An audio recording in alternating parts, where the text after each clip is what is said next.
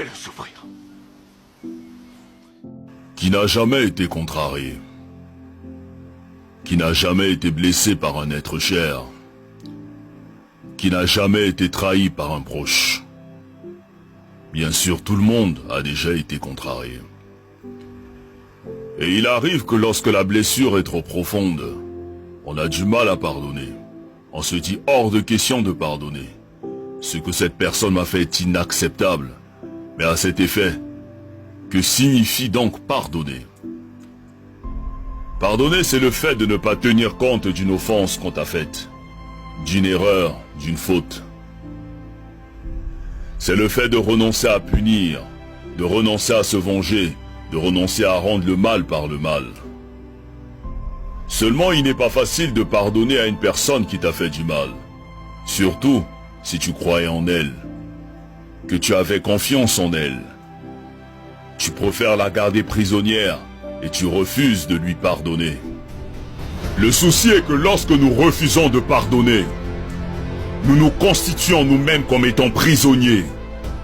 Et on commence à développer la haine, à développer l'amertume, à cultiver la jalousie et à cultiver la rancune. Et pourtant tous nous souhaitons que Dieu nous pardonne. Pour nos erreurs, nos offenses, nos imperfections et nos failles. Mais nous refusons de pardonner les fautes des autres, comme si nous n'avons jamais fait du mal à personne, comme si nous étions irréprochables. Qui donc peut oser dire qu'il n'a jamais fait du mal?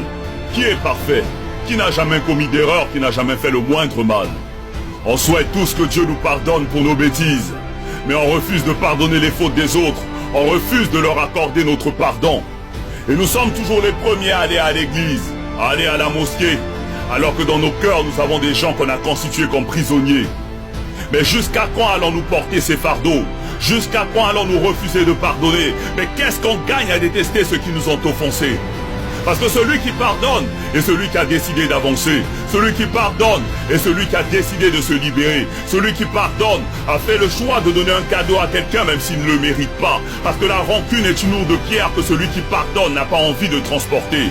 Quand tu décides de pardonner, tu le fais d'abord pour toi-même. Tu le fais pour avoir la paix. Tu le fais pour avoir la tranquillité. Tu le fais pour être libre. Parce que celui qui refuse de pardonner est un meurtrier qui s'ignore. Pardonner, ce n'est pas oublier, ni cesser d'aimer, mais c'est se libérer d'un fardeau, c'est se soigner, c'est relever la tête, c'est prendre son chemin avec le sourire pour avoir un meilleur lendemain. Pardonnons à toutes ces personnes qui nous ont blessés. Pardonnons pour que le Tout-Puissant à son tour puisse nous pardonner.